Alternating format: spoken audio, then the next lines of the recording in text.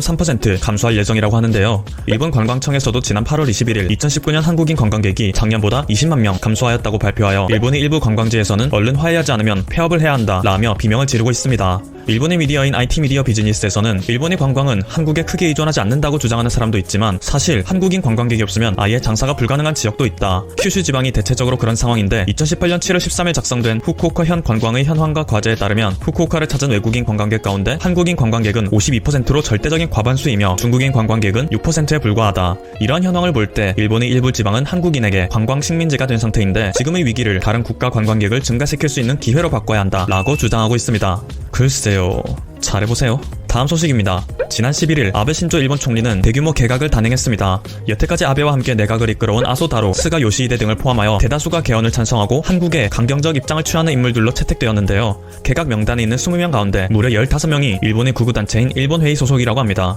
총무성이 기용된 타카이치는 일본회의의 핵심 멤버로서 야스쿠니 신사 참배를 주도하고 있고 세코 경제산업상의 후임인 스가와라도 야스쿠니 참배의 단골입니다. 이러한 와중에 굉장히 의외의 임명도 있었는데요. 환경장관으로 임명된 올해 38세의 고이즈미 신지로입니다. 한국인들에게 익숙한 고이즈미 주니치로 전 총리의 차남으로서 평소에도 준수한 외모로 일본 국민들의 주목을 받고 있는 정치인인데요. 이 때문에 일본 내에서도 한국처럼 외모 패권을 추구하는 건가? 라는 말도 나오고 있는 상황이죠. 아베 총리의 사학 비리가 불거졌을 때는 아베 총리를 맹렬히 비난하면서 지지 기반을 쌓고 차기 총리로서 유력하게 지목되고 있는 인물입니다. 때문에 일본 내에서는 아베 총리가 왜 자신의 반대 세력을 기용했는가에 대한 의견이 분분한 상태이죠. 그런데 12일 아베 총리는 고이즈미를 후쿠시마로 보내서 원자력 방제 활동에 나서게 한다고 합니다.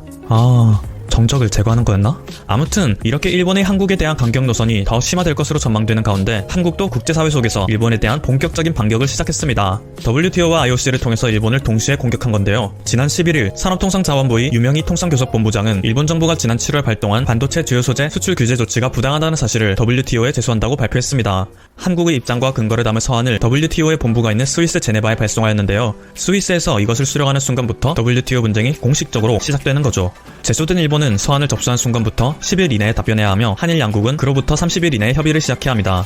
이러한 소식을 접한 일본의 세코 경제산업상은 WTO 협정에 부합한다 라는 의견을 밝혔습니다. 하지만 일본의 목소리를 들어주는 나라는 도무지 보이지 않는데요. 중국 또한 일본이 결국 패할 것이다 라는 입장을 밝힌 것입니다. 같은 날인 11일 추거홍 주한 중국 대사는 근현대 국가 관계에서 경제적 수단으로 타국을 제재하여 굴복시킨 사례는 없다. 한민족은 자존감이 높고 의지가 강한 민족이기 때문에 아베 총리가 역사 문제를 이유로 경제 제재를 가하는 것은 성공할 수 없다. 경제보복 조치가 효과가 없을 것은 물론이고 국제사회의 지지도 받을 수 없을 것이다. 게다가 역사 문제에서 일본은 가해자이고 한국은 피해자인데 일본 입장에서 한국이 아무리 지나친 요구를 한다고 하더라도 가해자인 일본은 이것을 겸허히 받아들여야 한다. 중국 역시 일본 군국주의의 피해국으로서 당연히 한국의 입장에 설 것이다 라며 한국을 지지하는 의견을 밝혔습니다. 이와 동시에 한국은 일본이 도쿄올림픽에서 사용하려는 전범기에 관한 문제도 국제올림픽위원회 IOC에 공식 항의를 했습니다. 문체부에서는 IOC의 토마스 바흐 위원장 앞으로 문체부 장관위원회의 서한을 보냈다. 전범기 사용의 부당성을 설명하고 사용 금지 조치를 요청했다 라고 발표했는데요. 국제축구연맹 피파에서도 이미 전범기 사용을 금지하고 있음을 근거로 제시하여 평화와 화합을 다짐하는 올림픽에서 전범기를 사용하는 것은 부당함을 뒷받침했죠. 이렇게 전범기에 대한 화제가 점점 국제사회의 주목을 받게 되자 일본 내에서도 비판의 목소리가 커지고 있는데요. 일본에게는 그저 자위대의 상징으로서 전투력을 고취시키는 것에 불과하다고는 하지만 이렇게 이웃나라와 문제가 커져서 국제사회의 주목을 받게 된다면 이 문제에 대해 전혀 관심이 없던 세계인들도 알게 될 것이다. 그러면 여지껏 일본이 쌓아온 쿨한 이미지가 무너져 내릴 것인데 왜 일본의 고위층에는 생각이 짧은 모질이들밖에 없는가 라는 의견이 나오고 있습니다. 지금까지 퍼플튜브였습니다. 여러분의 구독과 좋아요 그리고 알림 설정은 컨텐츠 제작에 큰 힘이 됩니다. 감사합니다. 한국의 도쿄올림픽 보이콧 운동이 전 세계에 소문이 나기 시작하면서 도쿄올림픽의 실체가 드러나고 있습니다. 이전까지 일본 정부는 한국의 올림픽 보이콧 문제는 별로 신경 쓰지 않는 모습이었지만 현재 일본의 공영 매체는 여론의 확산을 막기 위해 어떻게든 애를 쓰고 있는 것으로 파악되었습니다. 일본 공영방송에서는 도쿄와 후쿠시마에 있는 방사능 수치 전광판을 보여주며 도쿄의 방사능 수치는 다른 나라 대도시보다 오히려 더 낮은 편이라고 사람들을 안심시켰고 전 세계에서 도쿄올림픽 방사능을 걱정하는 나라는 한국뿐이라며 한국을 비판했습니다. 또한 한국이 강력히 반발했던 일본 우길기 응원 문제에서는 우길기에는 정치적 색깔이 없다라는 말도 안 되는 궤변으로 한국의 요청을 기각하였습니다. 하지만 도쿄올림픽을 둘러싼 한일 분쟁이 시끄러워지면서 해외에서 관심이 커지고 있는 와중에 외신에서는 하필 도쿄올림픽의 방사능 문제를 건드리고 말았습니다. 후쿠시마 방사능 문제는 그동안 해결된 것처럼 보였지만 사실은 매우 심각한 수준이었음이 밝혀지고 있습니다. 미국 NBC 뉴스에 따르면 일본은 2011년 당시 피폭된 오염토를 검은 비닐봉지에 넣어 밀봉한 뒤 후쿠시마 전역에 골고루 쌓아두었는데 밀봉이 제대로 되지 않았다는 점을 문제 삼고 있습니다. 오염토가 부패하는 과정 속에 생성된 가스가 팽창하면서 비닐이 터지기도 하고 오염토 속에서 피폭에 노출된 변종식물의 씨앗이 자라나면서 밀봉을 뚫고 나온다는 것입니다. 이렇게 공기 중으로 노출된 방사능 미세 입자와 변종 식물 포자는 바람이나 비와 함께 매우 넓은 반경으로 퍼지게 된다고 경고합니다. 특히 후쿠시마 산지에 쌓아둔 오염토 중에서 새어나오는 곳들은 비가 오게 되면 빗물에 섞여 지하수로 흘러들어가게 되는데 이 지하수는 도쿄가 통제할 수 있는 범위를 이미 넘어선 것으로 알려졌습니다. 실제로 지난 8월 17일에 개최된 도쿄올림픽 시범 수영 행사에서 해외 선수들이 물에서 이상한 냄새가 난다고 항의하자 물을 검사해봤는데 대장균 수치가 허용 한계의 2배를 넘어서서 경기가 취소되었고 도쿄관리공단에서는 최근 태풍과 폭우로 인해 현재 처리시설로는 넘쳐나는 하수를 감당할 수 없다고 밝혔습니다. 내년 여름에 개최되는 도쿄올림픽 기간 동안 태풍이 오지 않을 것이라고 확신할 수 있는 사람은 아무도 없습니다.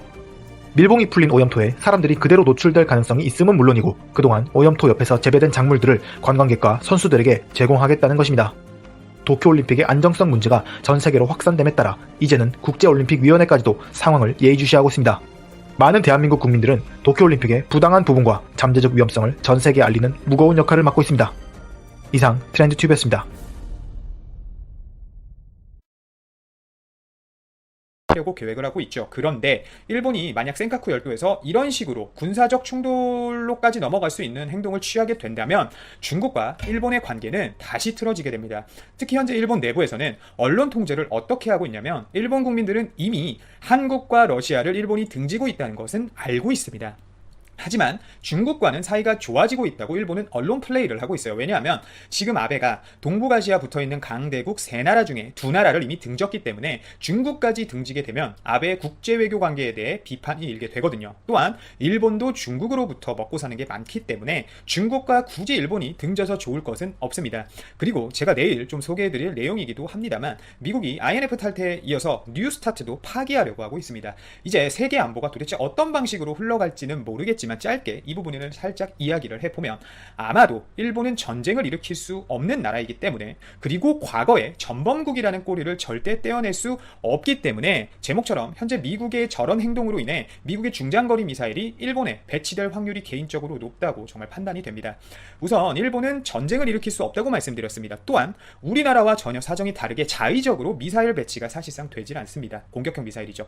평화헌법 때문인데 바로 일본 아베는 이 평화헌법을 개헌하려는 의지가 강합니다. 전쟁 국가가 되기 위해서죠. 하지만 여기엔 정말 문제가 많습니다. 우선 미국과 중국, 러시아가 일본이 전쟁 국가로 다시 변하는 것을 정말 좋아하질 않습니다. 특히 중국과 러시아는 일본 하면 치를 떨고 있고 한판 하자면 지금도 한판할 기세가 되어 있는 나라입니다.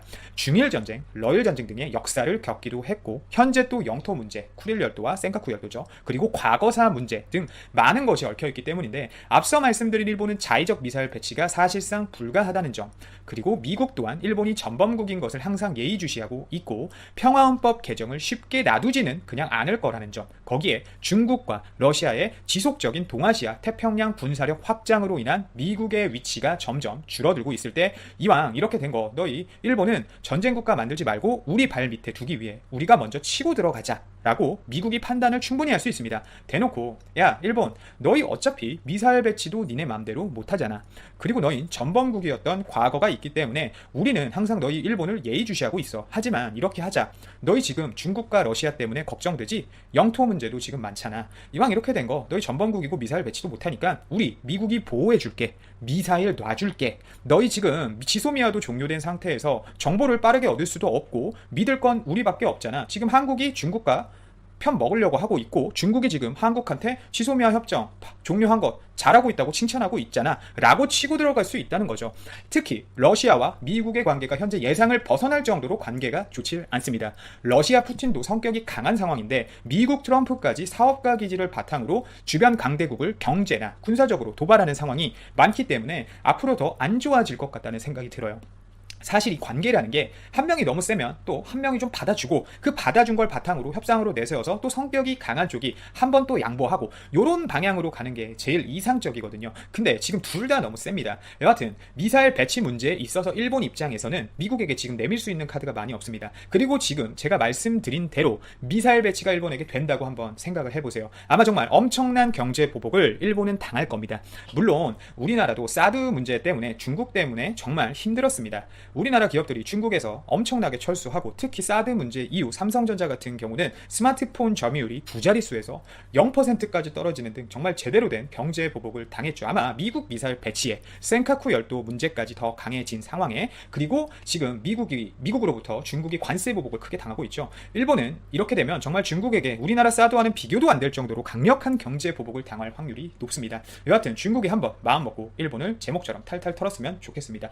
오늘도 제 방송을 들어주셔서 진심으로 감사드립니다. 이만 방송을 마치도록 하겠습니다.